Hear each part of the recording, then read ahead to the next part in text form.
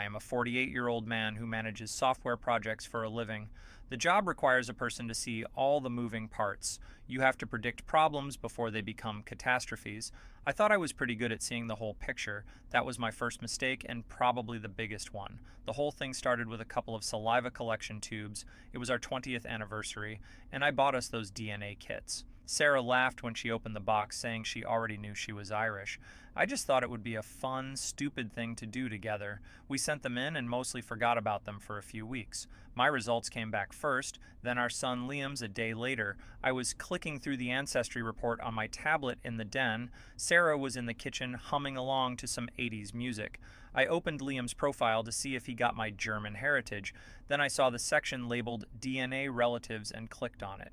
There was a name under the close family heading that I didn't recognize. The system predicted him to be a half-brother or an uncle. The name was Mark, our neighbor from 2 doors down.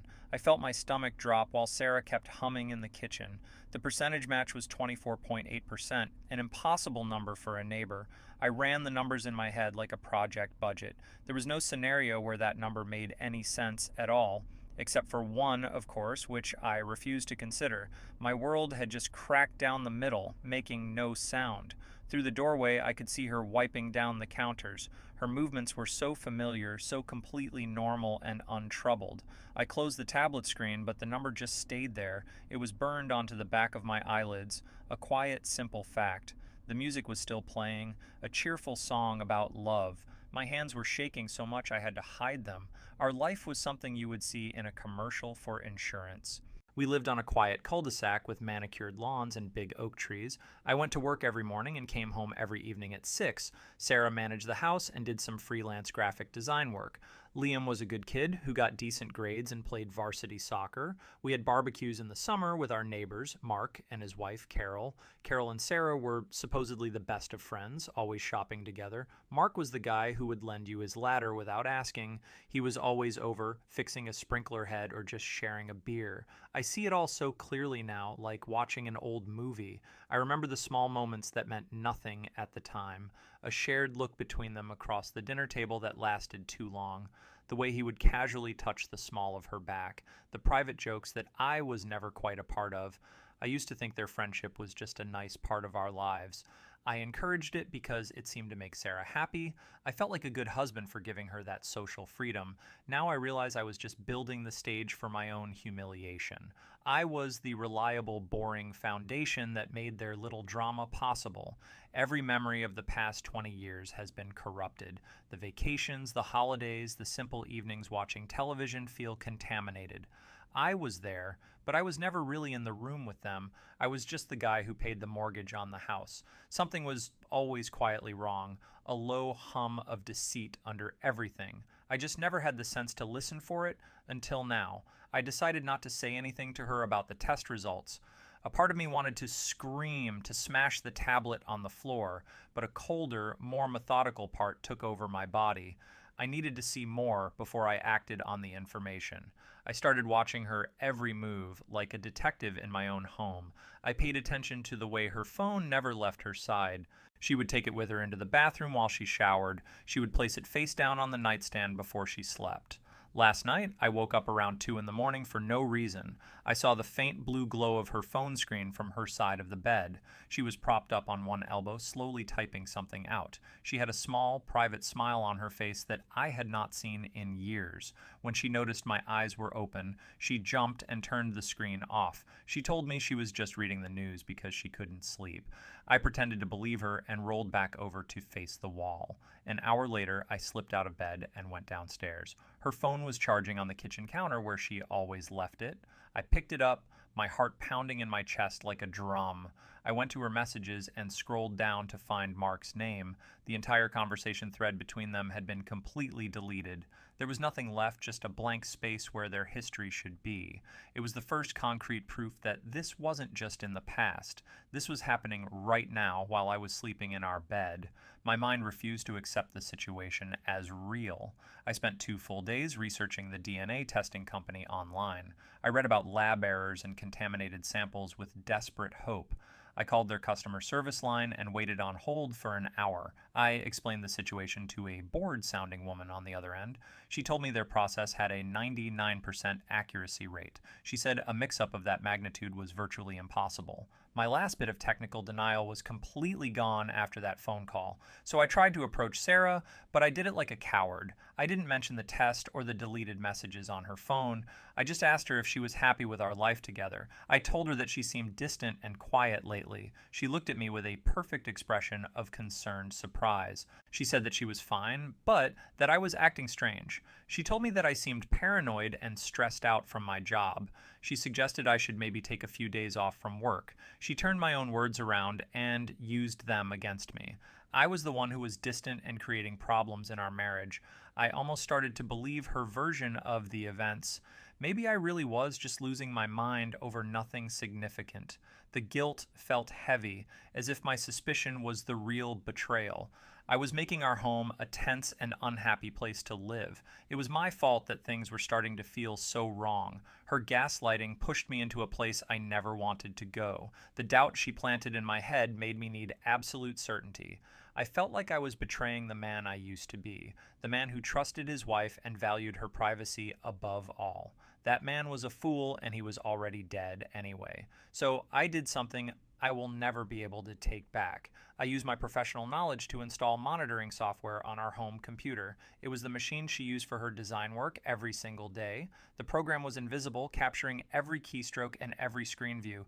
I told myself it was for my own sanity. A final check. I knew in my heart it was an act of war, the first real shot. The first day, I found the deleted messages she sent to Mark. They were mundane and disgusting, filled with cheap, secret plans. They talked about meeting while I was at a work conference. They made jokes about my predictable schedule and my boring habits. It was proof of the physical affair, happening right now.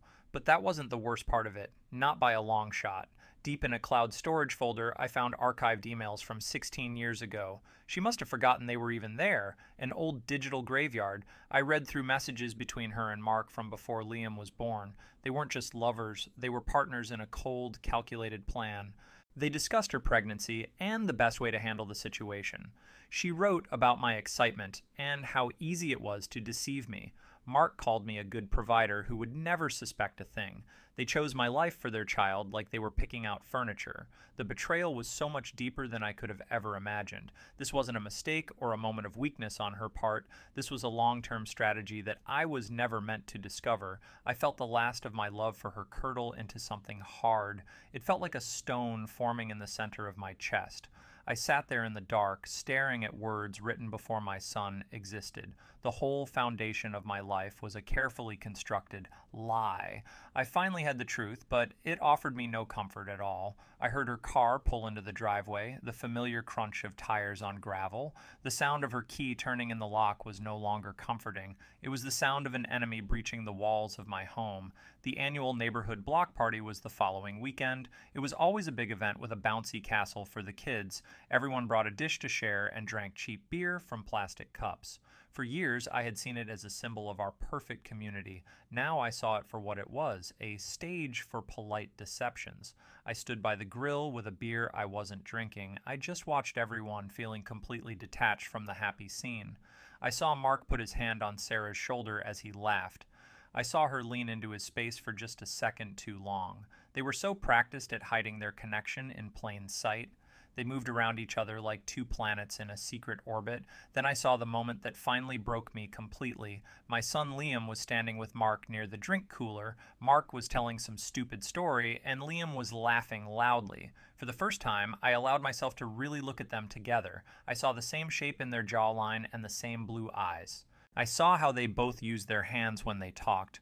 The resemblance was so obvious that it felt like a physical blow. A stranger had been raising his son in my house for 16 years. That boy, who I loved more than anything, was a living symbol of my failure. I couldn't breathe the same air as these people for another second. I put my cup down and turned without saying a word to anyone. I walked away from the sound of their laughter and into my quiet house.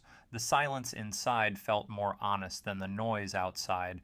I went straight to my office and turned on the computer and printer. I opened the hidden folder with all of the evidence I had collected. I started printing everything one page after another.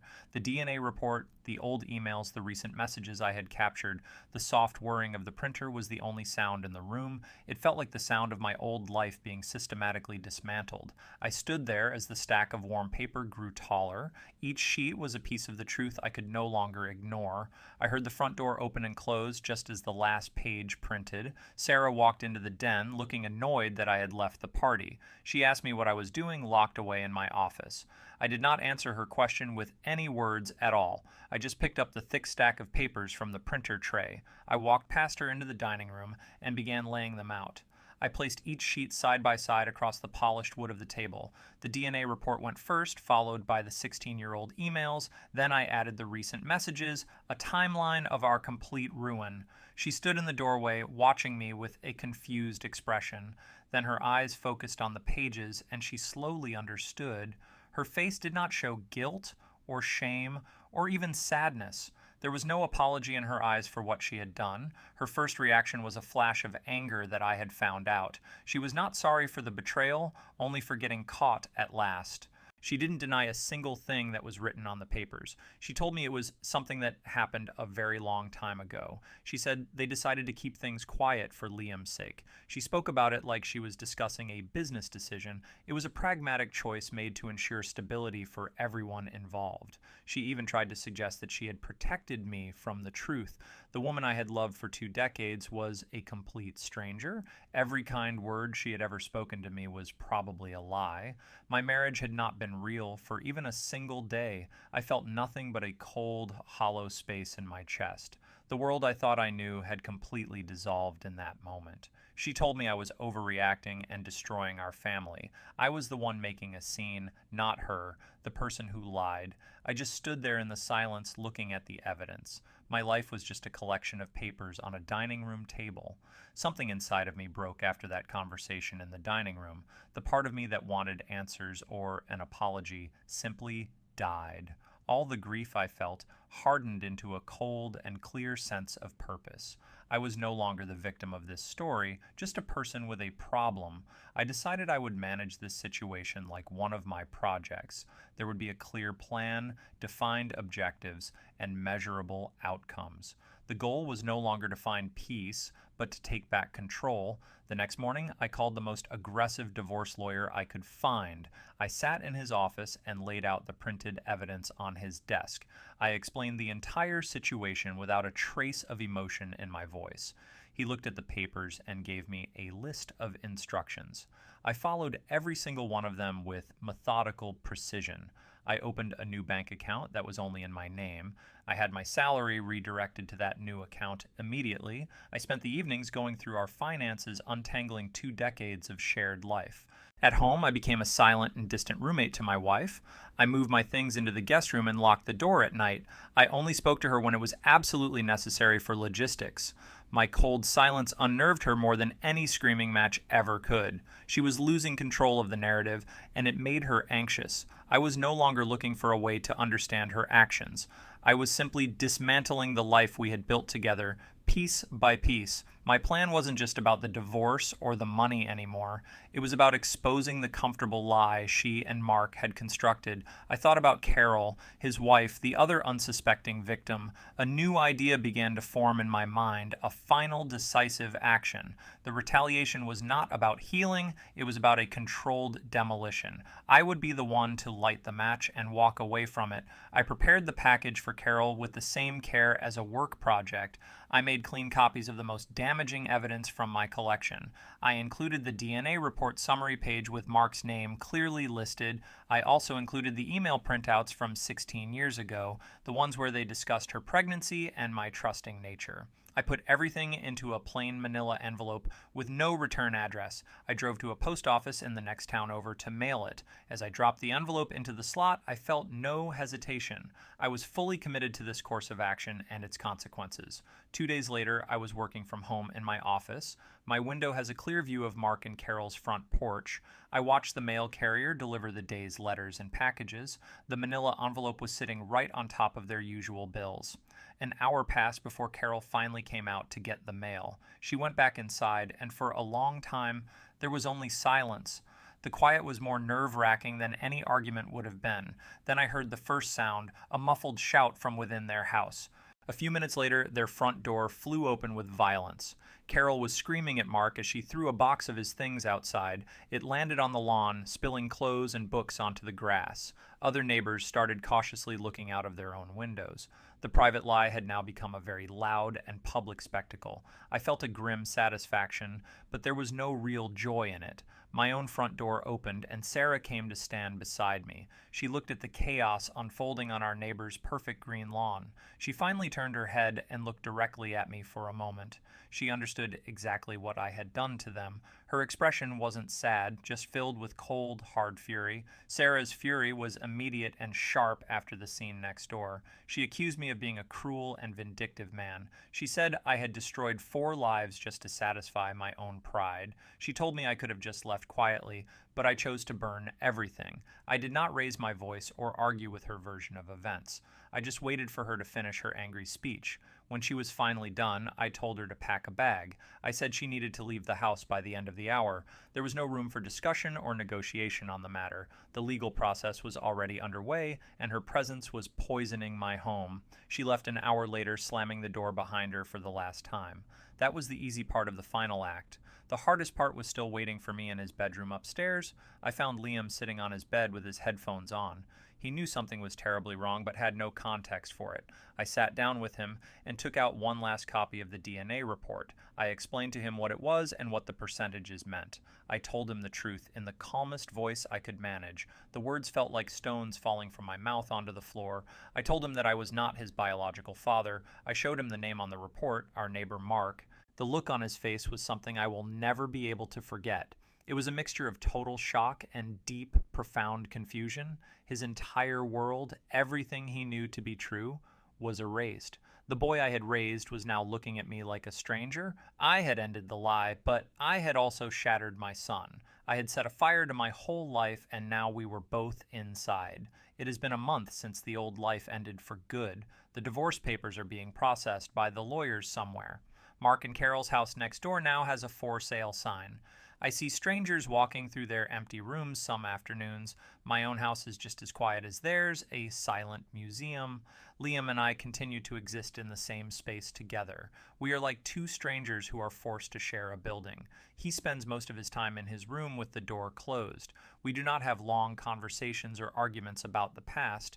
There is just a heavy and unbreakable silence between the 2 of us. Sometimes I see him looking at my face, searching for something. I do not know what he is hoping to find there anymore. I look at him, and I see his biological father's blue eyes. The love I have for him is still there, but it is tangled. It is all mixed up with the anger and the deep betrayal. I won the war I set out to fight against my wife. I successfully dismantled the secret world she built with her lover. I took back control of my house and my money, but I sit here alone every night in the deafening quiet. There was no victory, only the complete destruction of everything. I look at the old family photos still hanging on the wall, a happy couple and their smiling son on some forgotten beach. They are pictures of people who I don't know at all. The truth did not set me free, like they always say it will. It just left me here, all alone in a very empty room. The lie is finally gone, but what is left is nothing. If you enjoyed this video, support it with a like, subscribe to the channel, and leave a comment with your thoughts. Your reaction helps me create new stories.